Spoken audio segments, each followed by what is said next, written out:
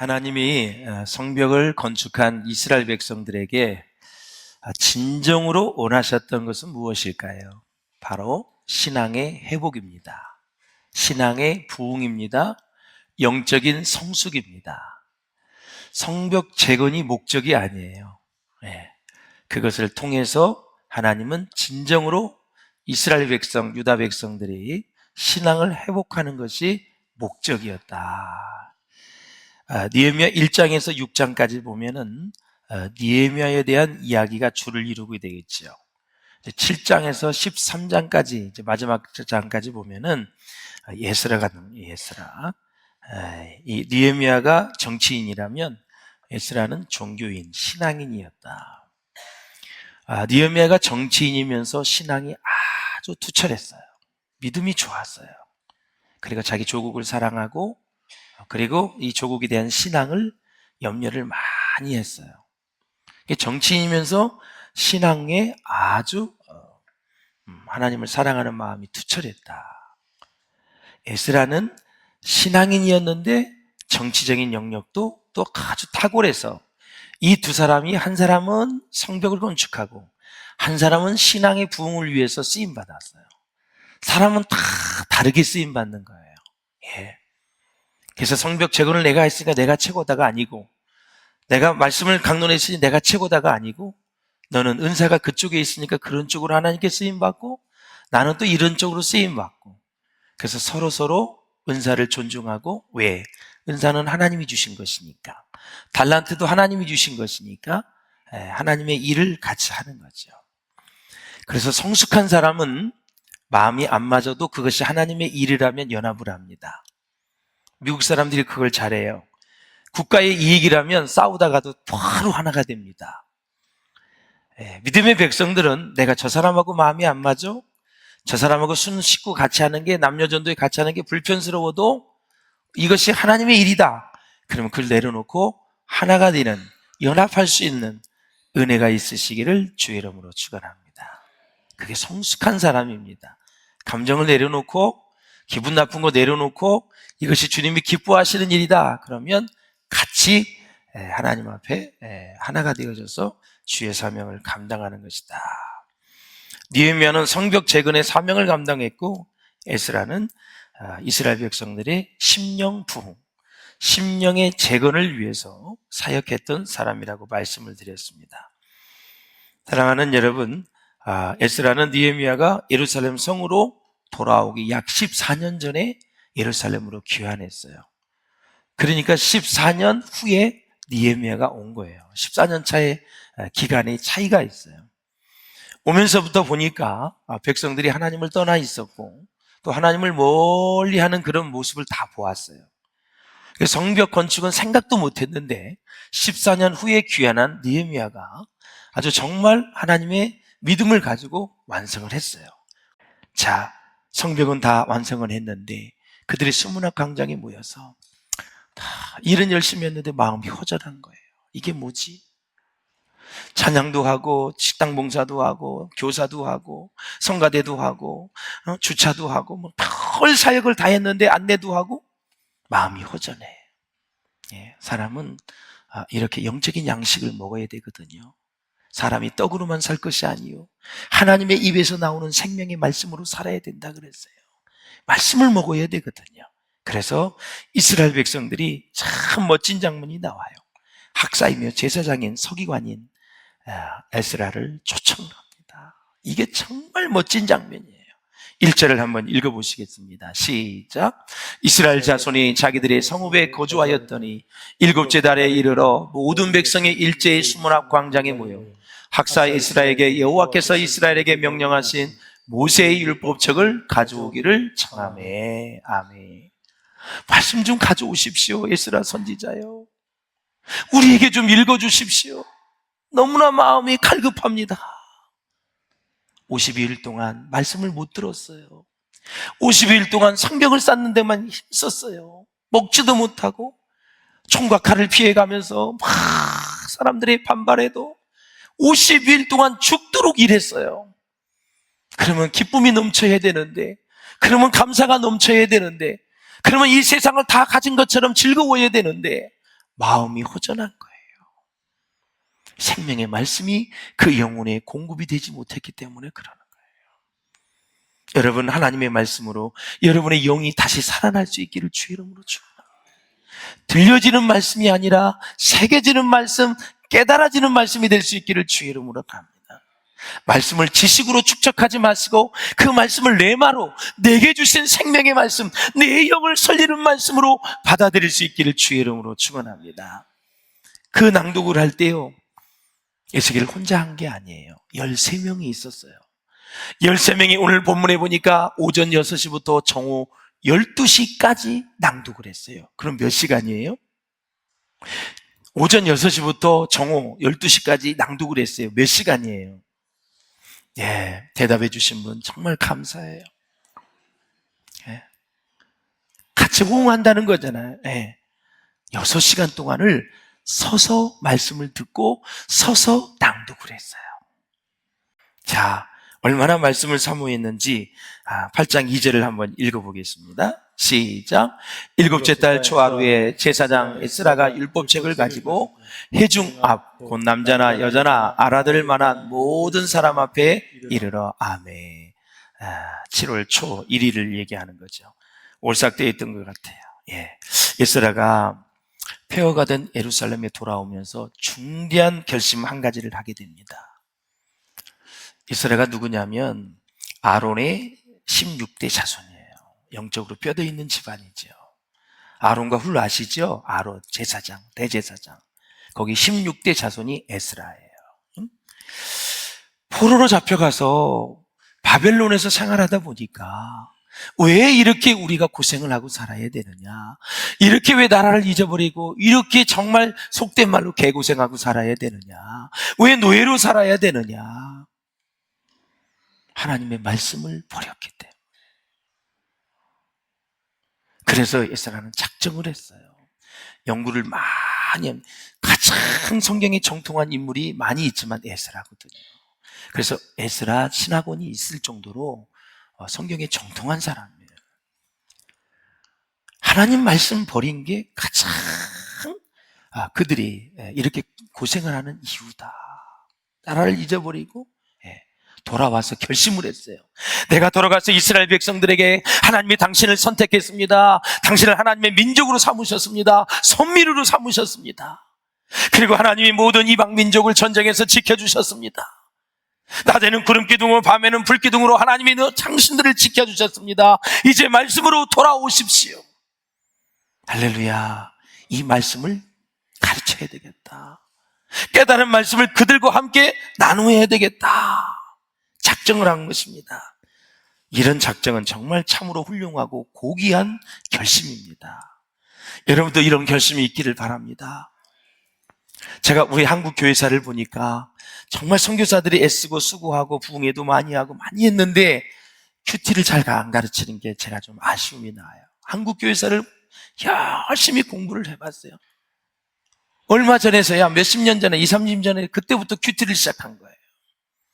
아예 초장부터 매일매일 농사를 짓던 어촌이 누가 어디서 살든 매일 큐티를 하는 이 습관을 가르쳤어야 되는데 사경에도 있고 부흥회도 있고 심령대 부흥성회도 있고 많이 했지 않습니까? 산기도도 하고 다 했는데 우리가 큐티를 가르쳤으면 얼마나 좋았을까?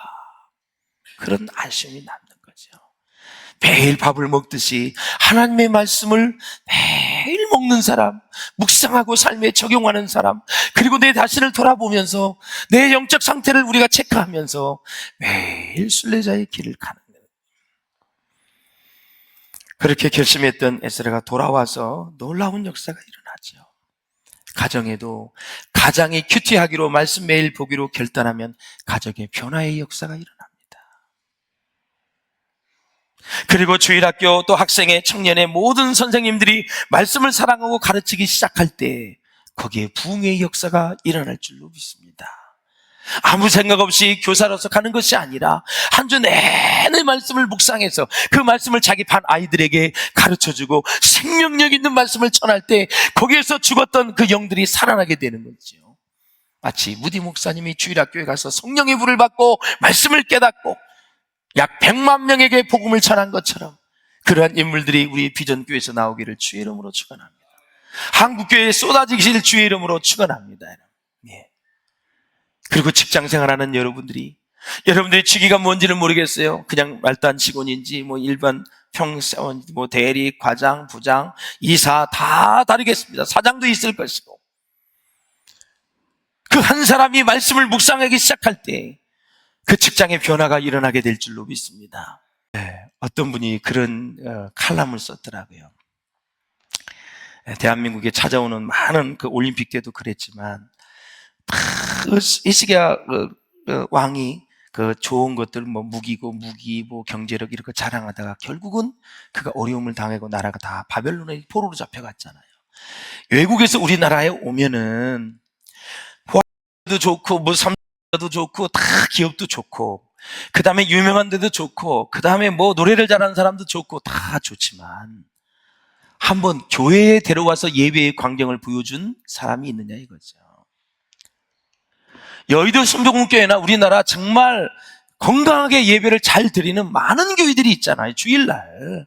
그런데 한번 가서 예배를 드리면서 대한민국에 하나님이 이렇게 축복해 주셨다, 이렇게 믿는 크리스찬이 있고 여호와를 자기 나라로 삼는 사람은 복이 있다고 성경이 시편에도 말씀하셨는데, 이 예배의 광경을 보여주면서 이 대한민국의 축복의 모든 근원은 하나님이시다, 이 믿음의 백성들이다, 우리 크리스찬마저도 교회 한 번을 데리고 가지 않는다라는 그런 칼럼을 썼더라고요. 교회 안에서만 얘기할 것이 아니라 모든 사람들이 우리나라 왔을 때, 우리나라가요 한 해에 선교비 뭐 NGO를 통해서 나가는 돈이 1조 5천억이 됩니다. 그럼 전 세계 많은 나라에 지금 그 우리나라가 한류가 일어나는 아주 토대가 뭔지 아세요? 우리 선교예요, 선교.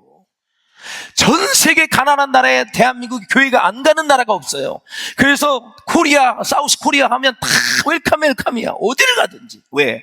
다 나누어주고 NGO 단체를 통해서 계속 학교도 지어주고 나무도 주고 동물도 사주고 어마어마하거든요. 저도 NGO 이사장을 했잖아요, 글로벌 비전. 그러니까 세상 것을 자랑하지 말고 어떻게 대한민국이 예배를 드리는지 해서 이것의 영적인 영향력을 세계에 알리는 것이 굉장히 저는 중요하다고 생각을 해요. 우리가 잘하는 것들 많이 있지만 우리는 이것도 같이 묶어서 그렇게 했으면 참 좋겠다. 그러니까 이 말씀에 확신이 있어야 돼. 하나님이 이 민족을 붙들고 있다는 믿음이 있어야 돼요. 그러면 하나님이 내 인생을 책임져 주실 분이라는 확신이 있어야 돼요. 할렐루야. 하나님이 반드시 내 인생 어떤 일을 해도 어디에서 무엇을 하든지 하나님이 지켜주신다. 할렐루야. 제가 이제 미국의 뉴욕이나 이제 워싱턴 그쪽에 이제 세미나를 가서 보면은 거기에 이제 집사님, 권사님들, 장로님들 만나요. 수도 없이 많이 들었던 얘기가 뭐냐면, 이제 집회가 다 끝나, 세미나가 끝나 밥 먹어, 그 다음에 차를 마시러 가요. 그러면 찻집에서 동일하게 얘기를 해. 저는 20년 전에 미국 갔고 나는 30년 전에 와서 뭐 세탁소부터 시작을 해서 다 안 한 게 못하는 게 없어. 청소소부터 그렇게 고생을 해서 자동차를 처음에는 임대를 냈다가 렌트를 했다가 샀다가 자기가 직접 사고, 집도 이제 월세를 샀다가 자기가 사고, 대저택도 사고, 이런 얘기까지 다 하는데 마지막에 무슨 얘기를 하냐면, 목사님 가슴이 아파요. 죽어라 미국 와서 일을 하고 이렇게 했는데 자동차도 좀 좋은 거 사고 집도 대저택에 사는데 이혼을 하고 자식들은 돌아오지 못할 길로 가는 말썽꾸리가 되어지고 정말 하나님의 말씀대로 살지 않는 자녀들 문제, 이것 때문에 너무 가슴이 아프다고 얘기를 하더라고요. 내가 왜 미국에 이렇게 와서 고생을 했는지 하면서 막 눈물을 흘리면서 얘기를 해요. 그러니까 허전한 거예요. 그러면 자녀들이 다 신앙 안에서 잘 있고 나름대로 다 모든 것들이 영적으로 충만해야 되는데 그것들이 다 무너져 내린 가운데 덜그러니 내가 고생해서 남은 물질만 좀 남아있으니 마음이 허전하고 힘든 거예요. 그게 가장 힘든 거예요. 그 다음 세대 2세 3세대들이 신앙생활하는 사람들이 거의 손에 꼽을 정도예요. 무슨 희망이 있겠어요, 여러분? 이 땅에서 예수 잘 믿고 하나님 잘 섬기다가 하늘나라 가는 게 최고의 복인데, 그렇게 직장생활 새벽부터 별이 밤 10시, 11시까지 일하다가 평생 40년을 그렇게 살다가 했는데, 이제는 여기저기 아프면서 봤는데 뒤를 돌아보니 자녀들은 다 호랑방탕하고 타락해 있어. 믿음이 하나도 없어. 그럼 죽을 날은 가까우지. 얼마나 여러분 마음이 서운하고 아쉽겠냐 이거죠. 그래서 3절을 한번 읽어보세요. 3절 시작. 수문학 광장에서 새벽부터 정오까지 남자나 여자나 알아들을 만한 모든 사람 앞에서 읽음에 무백성의 그 율법책에 귀를 기울였는데, 수문, 하나의 물이 흐르는 곳에 문이 있었거든요. 그래서 문 앞에 광장이 있어요. 성지순례 가보면 거기에 다 모인 거예요. 하나님의 율법의 말씀을 들으려고. 얼마나 감사해요. 우리 교회도 이제 성경 봉독을 하면 우린 다 일어나서 듣지요. 그러니까 성경을 읽는 분들은 대특권이에요. 특권. 내가 읽은 말씀이 여기에 낭독이 되어지고 모든 성도들 하나님 앞에 드리는 예배에 내가 쓰임을 받고 있다는 것은 큰 특권이에요. 목소리 좋으신 분은 이성호 목사님을 찾아가셔서 이렇게 하실 수 있는 그런 기회가 있으니까 하실 수 있기를 바랍니다. 너무너무 행복한 일이에요.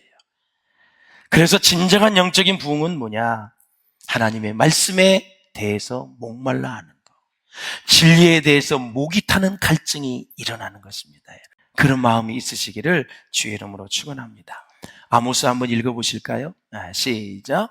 보라, 날이 이를지라 내가 기근을 땅에 보내리니 양식이 없어 주림이 아니며 물이 없어 가람이 아니요 여호와의 말씀을 듣지 못한 기갈이라. 아멘.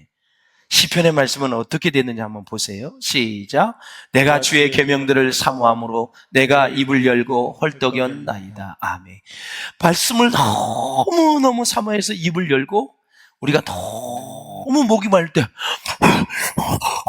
이렇게 먹는 것처럼 헐떡일 정도로 그렇게 하나님의 말씀을 사모한다. 다윗이 그랬잖아요. 다윗이 그랬잖아요.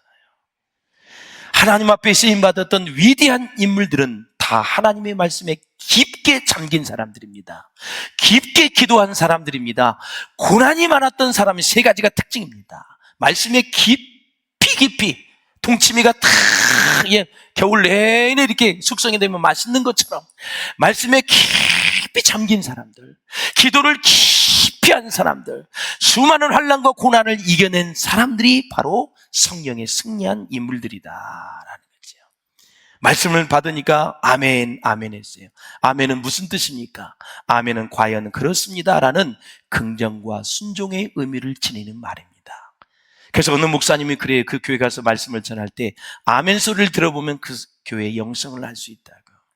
여러분, 말씀이 떨어지면 아멘 하고 말씀을 받을 수 있기를 주의 이름으로 축원합니다. 그 아멘 소리를 내가 들어야 돼요. 귀로. 그러면 굉장히 은혜스러운 거예요. 아주 적극적인 마음으로 말씀을 받아들일 수 있기를 바라요.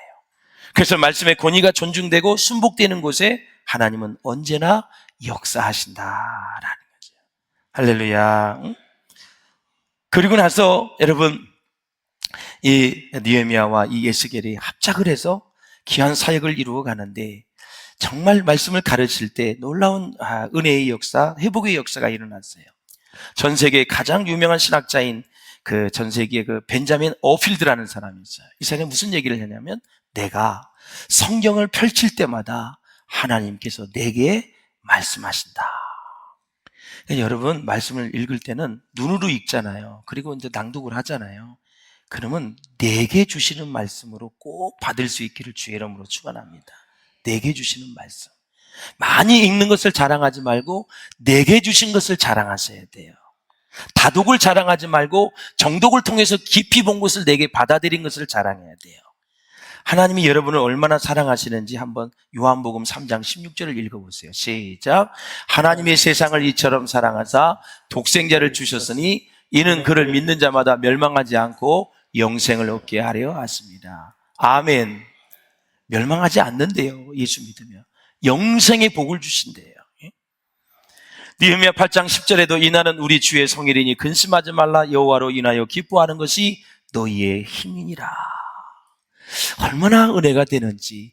여호와를 기뻐하는 것이 너희의 힘이니라.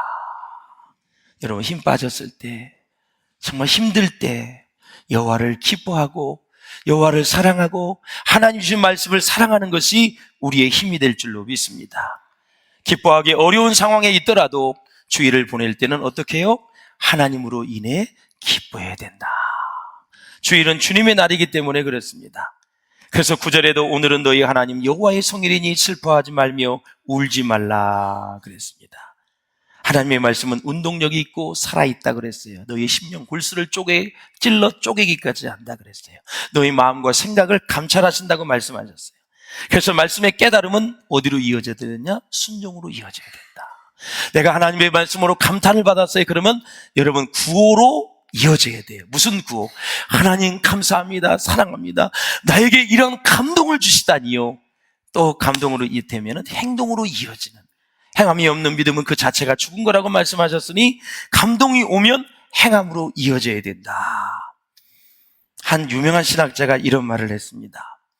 여러분, 당신이 성경을 붙들 때 그때로부터 당신은 성경 공부를 시작한 것입니다. 그리고 신앙생활을 시작한 것입니다. 그러나 성경이 당신을 붙들었을 때 비로소 당신은 본격적으로 신앙생활 속에 들어가며 그것이 성경 공부의 완성이다. 내가 성경을 붙드는 것이 아니라 성경 말씀이 나를 붙들 때 그렇게 된다라는 거죠. 붙든다는 의미는 요소마다 상황마다 생각나네요. 근심을 할 때는 근심하지 말라는 거, 염려할 때는 염려하지 말라는 거, 두려워할 때는 두려워하지 말라는 거, 사업이 망했을 때, 직장에서 어려움을 당했을 때, 질병을 당했을 때, 자녀들이 어려움을 당했을 때, 내가 여러 가지 고민에 빠졌을 때 거기에 적저조세의 말씀을 생각나는 게 끝나는 게 아니라 그 말씀을 믿을 때 그 말씀이 내게 능력이 되는 거죠. 그래서 그 말씀이 나를 이끌어가는 거죠. 할렐루야. 사랑하는 여러분, 18절에도 보면 날마다 하나님의 율법책을 낭독하고 그러면서 8째 날의 규례를 따라 성회를 열었느니라. 말씀 대잔치가 열린 거예요. 말씀을 맺겠습니다. 사랑하는 여러분, 위대한 믿음의 사람들은 하나님의 말씀에 잠기는 즐거움을 만끽했다고 말씀을 드렸습니다. 정말 저는 여러분, 세상에 걱정 근심할 일 많이 있고 고난과 시련, 어려운 일이 많이 있지라도 하나님의 말씀에 잠기는 즐거움을 절대 놓치지 않는 저와 여러분 될 수 있기를 주의 이름으로 축원을 드립니다. 그러므로 성경을 사랑하십시오. 그리고 성경을 가르치십시오. 그렇지 않고서는 흔들리는 나의 믿음을 지킬 수도 없고 흔들리는 한국교회를 바로잡을 수가 없어요. 한국교회는 말씀으로 돌아가야 되고 말씀으로 돌아갈 뿐만이 아니라 기도의 능력을 회복하고, 그래서 우리의 사명을 잘 알아서 결심을 하고 하나님 앞에 기도할 때 하나님께서 이 한국교회를 다시 재부흥을 허락해 주신 줄로 믿습니다. 그래서요, 여러분의 가정에도 문마다 화장실에도 어디에도 다 말씀을 읽을 수 있도록, 그리고 암송 카드를 가지고 다니면서 계속 암송하세요. 하루에 너무 힘들면 암송 카드가 한 수십 장 되잖아요. 빼세요. 하나만 가지고 다 여기다 넣고 다니세요. 그리고 계속 하나만 가지고 하루 종일 그 말씀 보세요. 하나만. 아무것도 염려하지 말고 오직 모든 일에 기도와 간구로 너희 구할 것을 감사함으로 하나님께 아뢰라. 그리하면 모든 지각에 뛰어난 하나님의 평강이 너희 마음과 생각을 지키시리라. 두려워 말라, 내가 너와 함께함이니라. 놀라지 말라, 나는 네 하나님이 됨이니라. 내가 너를 굳세게 하리라. 참으로 너를 도와주리라. 참으로 나의 의로운 오른손으로 너를 붙들리라. 수많은 말씀이 있잖아요. 그 말씀을 계속, 말씀의 능력이 있습니다. 파워가 있습니다. 권세가 있습니다. 성경을 사랑하시면서 이 말씀을 통해서 평생을 통해 승리하는 우리 모든 성도님들 될 수 있기를 주의 이름으로 축원합니다.